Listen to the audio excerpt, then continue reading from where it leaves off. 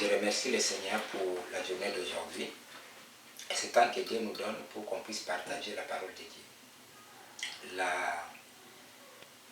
Dans mon cœur, je porte un grand fardeau que je voulais partager avec les enfants de Dieu, ceux qui connaissent le Seigneur et ceux qui ne le connaissent pas.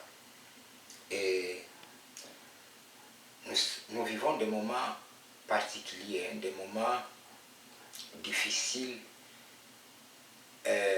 au niveau de la doctrine chrétienne. Je dis bien la vraie doctrine chrétienne selon la Bible, selon la parole de Dieu, selon le Nouveau Testament, parce que nous sommes de la Nouvelle Alliance. Et c'est important qu'on puisse avoir le temps d'en parler. Parce que nous vivons les temps que la Bible appelle les temps de l'apostasie. Et le seul remède, c'est revenir dans la Bible, regarder qu'est-ce que la Bible dit concernant les choses qui sont fondamentaux. Et aujourd'hui et les jours qui viennent, nous allons partager du fondement, le fondement de la foi, le fondement de la vie chrétienne, le fondement de la doctrine chrétienne, le fondement. Je ne veux pas que ma prononciation mette en confusion. Je parle le seul, l'unique fondement du christianisme. Et ma référence, ça sera Hébreux chapitre 6. Dans Hébreux chapitre 6, nous allons prendre quelques versets que nous allons développer pendant quelques temps, disons 6 séances, parce que dans le fondement, il y a six éléments importants qui forment ce fondement-là. Et c'est ça que nous allons partager ensemble. Et j'ai prié pour que le Saint-Esprit parle à chacun de nous. Le Saint-Esprit nous enseigne par, à travers moi, par ce canal. J'ai prié pour que la grâce de Dieu soit avec nous en ce moment. Sans tarder, nous allons prendre la Bible dans Hébreux 6. On commence par son premier verset. Je vais lire au nom du Seigneur. C'est pourquoi ne nous attardons pas aux notions élémentaires de l'enseignement relatif à Christ. Tournons-nous plutôt vers ce qui correspond au stade adulte, sans nous remettre à poser le fondement. Ici, ils utilisent le mot au pluriel. Les fondements, ce sont les 6 fondamentaux que nous allons partager, mais moi j'appelle ça le fondement au singulier. C'est-à-dire l'abandon ou le renoncement, ici dans ma version c'est l'abandon des actes qui mènent à la mort, la foi en Dieu, l'enseignement sur les différents baptêmes, l'imposition des mains, la résurrection et le jugement éternel. L'abandon des actes qui amènent à la mort, la foi en Dieu, l'enseignement sur les différents baptêmes, l'imposition de mains, la résurrection et le jugement éternel. Nous allons donc nous occuper de ce qui correspond au stade adulte si Dieu le permet. C'est ça notre verset clé que nous allons prendre. Et ce verset clé parle des 6 fondamentaux, ou les 6 éléments qui fondent la fondation ou le fondement de la vie chrétienne. Il y a le renoncement des œuvres mortes. Dans ma version, on dit, dans ma version, ça parle de l'abandon des actes qui mènent à la mort. Ça, c'est la première des choses. La deuxième des choses, c'est la foi en Dieu. La doctrine des baptêmes, c'est 3. 4, l'imposition des mains. 5, la résurrection des morts. Et 6, le jugement éternel. C'est ce que nous allons parler. pour voir qu'est-ce qui est important vraiment dans la vie chrétienne. Il dit c'est pour chaque débutant, chaque personne qui accepte Jésus ou qui commence la vie chrétienne ou qui cherche à comprendre la vie chrétienne ou à vivre la vie chrétienne, on devrait commencer par lui enseigner les 6 fondamentaux que j'appelle les fondements de la vie chrétienne ou de la doctrine chrétienne. Pourquoi celui qui a écrit le livre, l'Épître aux Hébreux, insiste là-dessus? Pourquoi il parle de ces 6 enseignements très importants? Dans le temps après Jésus-Christ, c'est-à-dire un siècle, 2e siècle après Jésus-Christ, il y avait des Juifs qui voulaient ramener les chrétiens, incluant les païens, à marcher selon la loi de Moïse. Parce que c'est les Juifs, le judaïsme était bâti sur la loi de Moïse. Et il y a un groupe de gens qui s'étonnaient comment Paul n'enseignait pas la loi de Moïse. Il voulait imposer même la circoncision aux païens.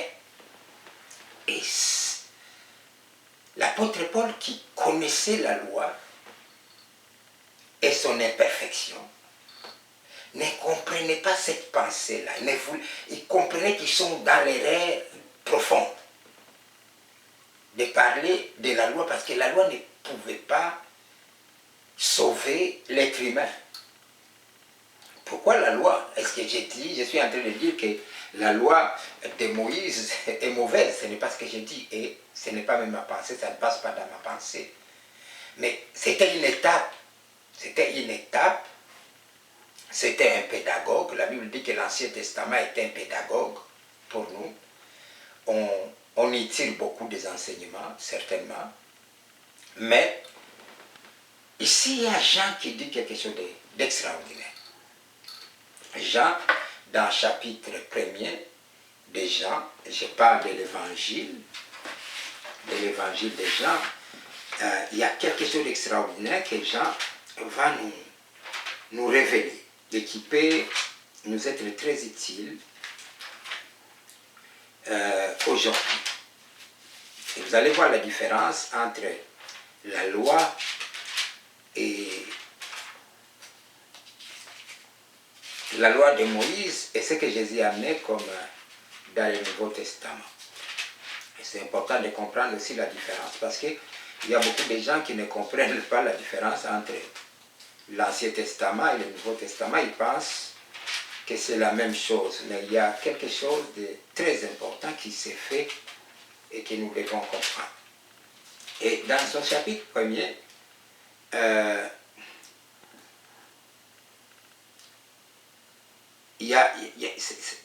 on nous parle des choses très importantes dans ce que l'homme de Dieu, Jean, nous amène. Je ne sais pas où commencer honnêtement, parce que tout ce chapitre premier est très très important dans ce que nous enseignons, mais vous pouvez vérifier. Est-ce qu'on peut commencer par 15? Oui, par 14 c'est bon. Par 14 on peut commencer. Premier chapitre, 14. Il dit, celui qui est la parole est devenu homme, et il a vécu parmi nous.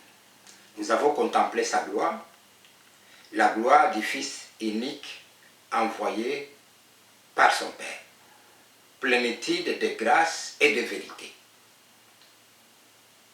Je vais répéter encore. Celui qui est la parole, il parle de Jésus. Celui qui est la parole est devenu homme et il a vécu parmi nous, Jésus. Nous avons contemplé sa gloire, la gloire du Fils unique envoyé par son Père. La gloire du Fils unique envoyé par son Père. Et si nous allons dans Hébreux, son premier chapitre, nous voyons comment l'auteur compare Jésus à Moïse, parce que Moïse c'est le symbole, c'est le libérateur, c'est le fondateur même d'Israël en tant que nation. Et ici nous voyons l'auteur, en commençant ici au verset 14, il nous parle de la différence. Il dit Jésus est le Fils, il est la parole, est devenu homme, il a vécu parmi nous. Nous avons contemplé sa gloire. Nous avons contemplé sa gloire, la gloire du Fils unique envoyé par son Père. Il nous parle en disant que Moïse est serviteur de Dieu dans la maison de Dieu. Il est serviteur. Mais Jésus-Christ est le reflet de son Père. Il est le Fils de son Père. Et en partant ici, il y a la différence de personnalité qui nous amène ce message. Et Jean continue, c'est le témoin de quelqu'un qui a vécu ceci. Il dit, la gloire du Fils unique envoyé par son Père, la plénitude de grâce et de vérité. La plénitude de grâce et de vérité. Jean, son témoin, a proclamé publiquement, voici celui dont je vous ai parlé, lorsque j'ai dit, celui qui vient après moi m'a précédé, car il existait déjà avant moi. Il parle de Jean-Baptiste, ce n'est pas les mêmes gens qui parlent. Ici, c'est les gens disciples de Jésus-Christ qui écrivent ces paroles, mais il parle maintenant de Jean-Baptiste, le grand prophète Jean-Baptiste. Et il dit, c'est lui que je vous ai parlé, c'est bien lui. Et il était avant moi, parce qu'il existait avant que j'existe. Il m'a précédé, il est venu avant moi, parce qu'il a existé avant moi. Waouh! Parce qu'il est le Fils de Dieu. Nous avons tous été comblés de ses richesses. Il a déversé sur nous une grâce après l'autre. Alléluia. Une grâce après l'autre.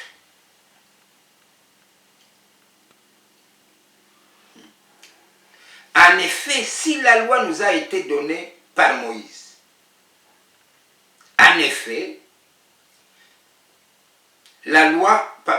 si la loi nous a été par Moïse, c'est sûr que Moïse nous a amené la grâce et la vérité sont venues par Jésus-Christ. Personne n'a vu le Père.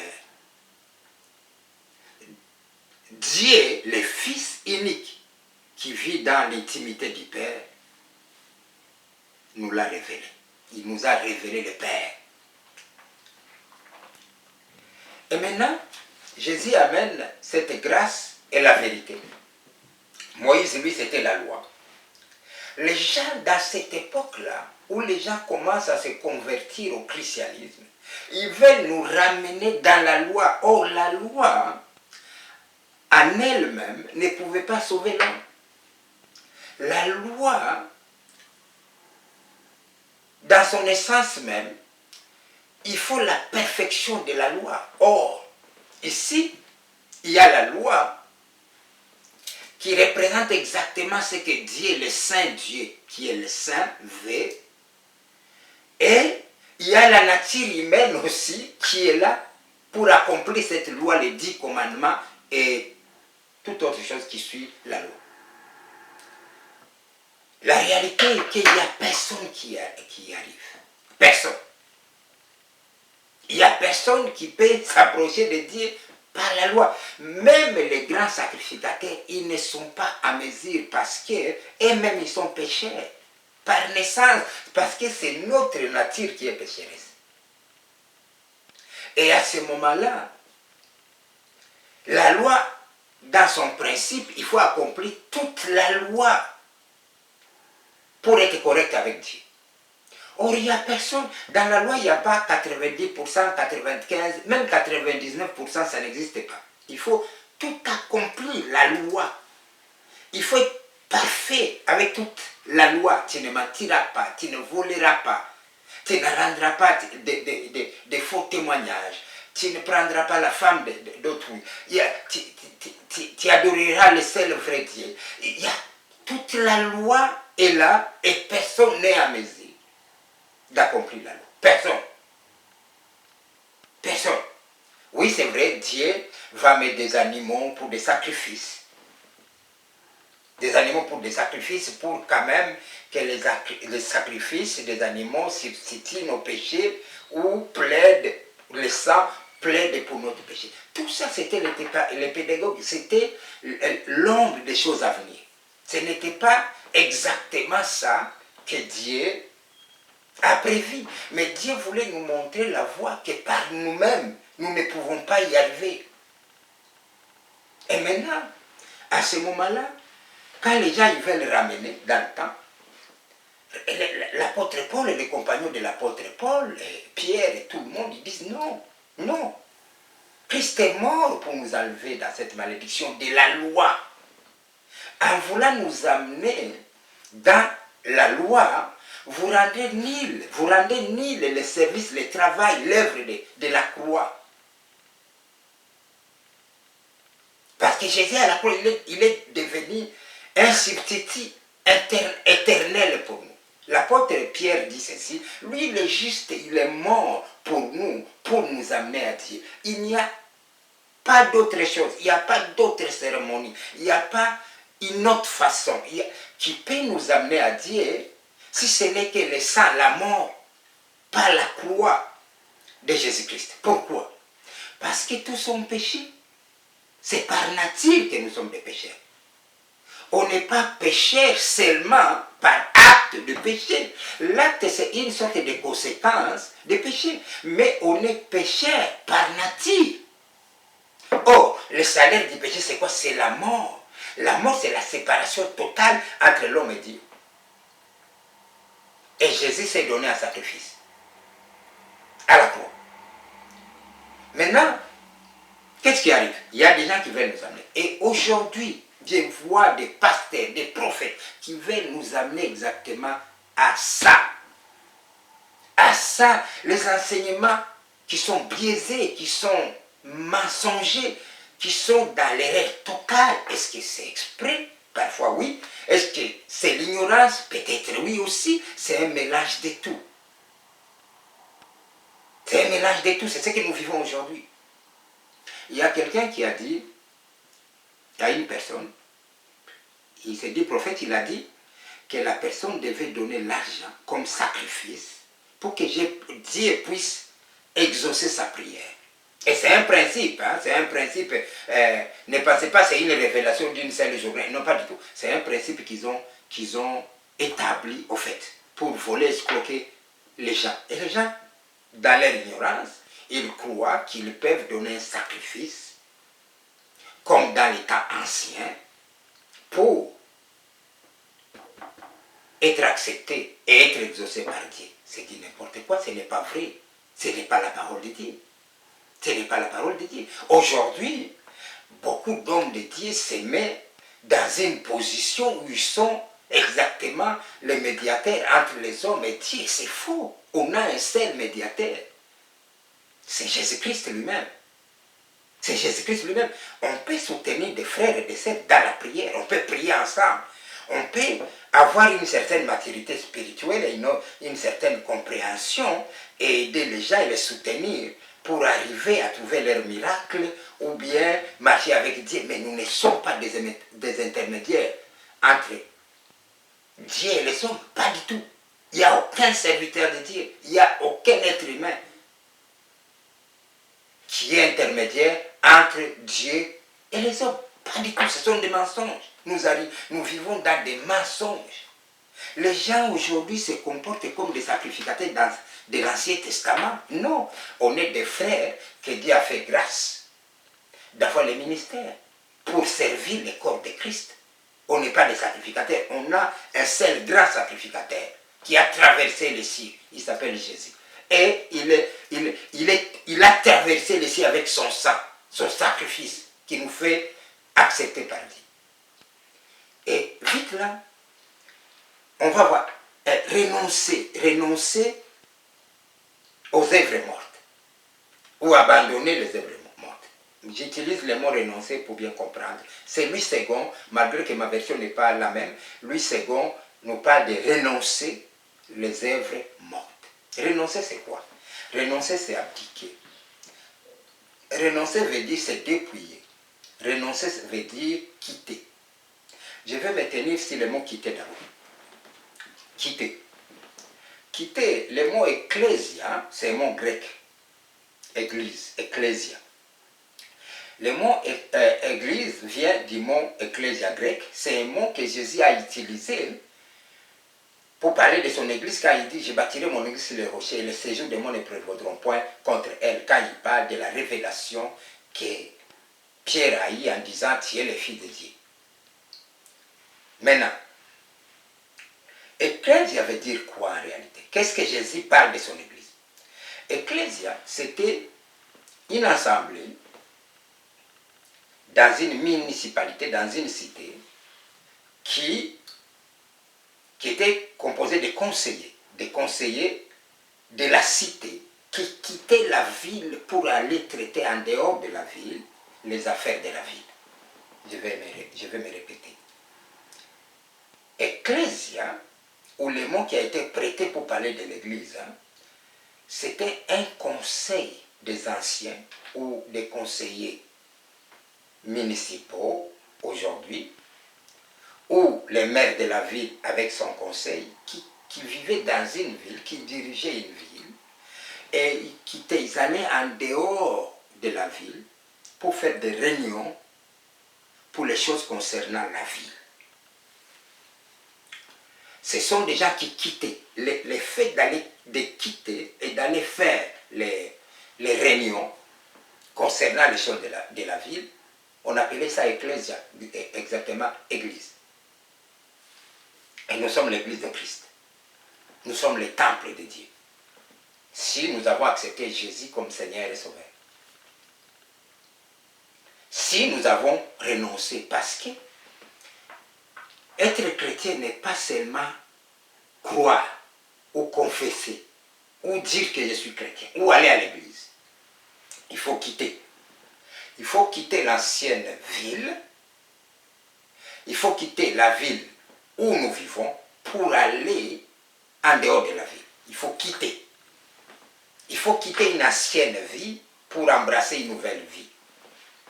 Il faut quitter les anciennes pratiques pour embrasser les nouvelles. C'est ça, quitter. Et renoncer veut dire aussi abandonner. Il faut abandonner. On quitte et on abandonne. Il faut abandonner. Abandonner l'ancienne vie, abandonner la façon de penser qui était complètement charnelle, qui s'est basée sur moi et moi seul. Il faut quitter des pratiques qui ne donnent pas gloire au Seigneur, qui amènent à la mort. Qui amènent à la mort, c'est quoi? Par exemple, les œuvres de la chair. Galates 5, 19, 20. Qui dit les œuvres de la chair sont manifestes. Ce sont l'impudicité, l'impureté, la dissolution, l'idolâtrie, la magie ou la sorcellerie, les inimitiés, les querelles, les jalousies, les animosités, les disputes, les divisions, les sectes, l'envie, l'ivrognerie, les excès de table et des choses semblables. Voilà ce que nous étions. Voilà la vie qu'on menait sans Christ. Et nous étions en inimitié avec Dieu. Maintenant, ce sont des choses de Galates 5, 19 et 20 que nous devons renoncer. Nous devons renoncer, on n'a pas le choix. On ne peut pas aller à Christ et continuer cette vie-là, où on vit des choses, les œuvres de la chair. On ne peut pas. Parce que les œuvres de la chair sont conformes aux œuvres du diable. Jésus, il dit à Pierre, quand il parle comment il va aller à Jérusalem, il va être persécuté par les anciens, et puis il va être tué. Pierre dit non, non, non, non, ça ne peut pas t'arriver. Il dit, loin de moi, Satan. Parce que ces pensées-là ne sont pas de Dieu, ce sont les pensées humaines, ce sont les pensées de la chair. Les pensées, parce que c'est les pensées, c'est nos pensées qui déterminent nos actes.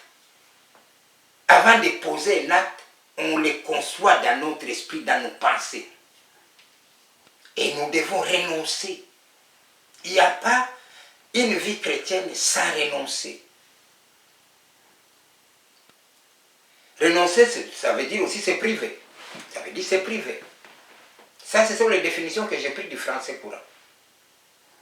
Ça veut dire c'est privé. C'est privé même de ses propres droits. L'apôtre Paul, je vous donne seulement un petit exemple. Un petit exemple, mais qui m'a beaucoup enseigné. L'apôtre Paul dit, si pour moi manger de la viande peut être une occasion de chute à quelqu'un, vaut mieux de se priver de cette viande-là. Manger de la viande, c'est son droit. Il n'y a aucun péché de manger, à manger une viande. Il n'y a aucun péché. Mais je parle de la viande. Il ne parle pas d'une viande impure, non, non, de la vraie viande.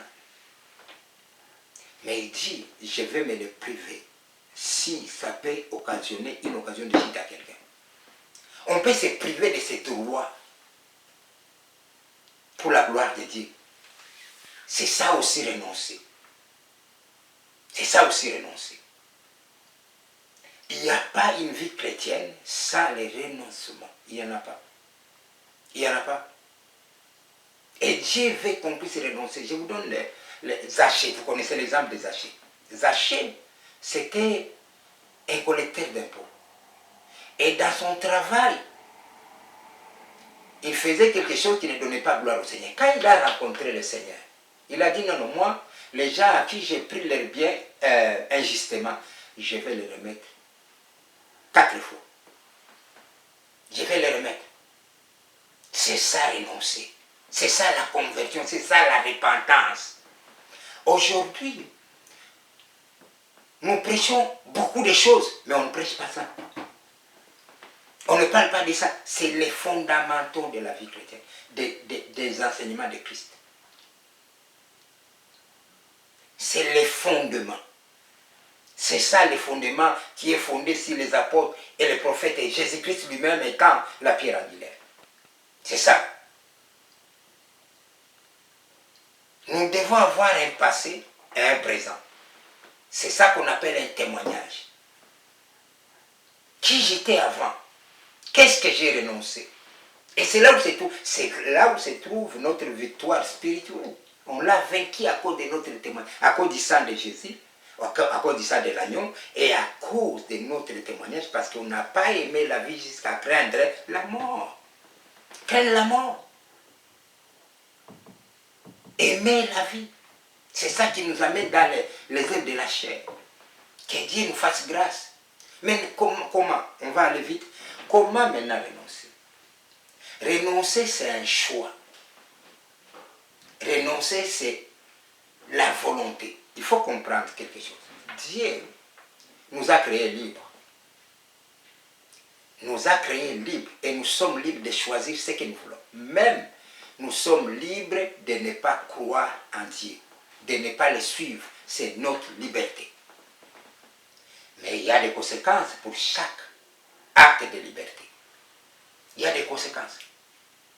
Mais maintenant, prenons une bonne décision. La bonne décision, c'est de renoncer. De renoncer. Peut-être tu es chrétien pendant des années, mais peut-être tu n'as jamais pensé à ce renoncement.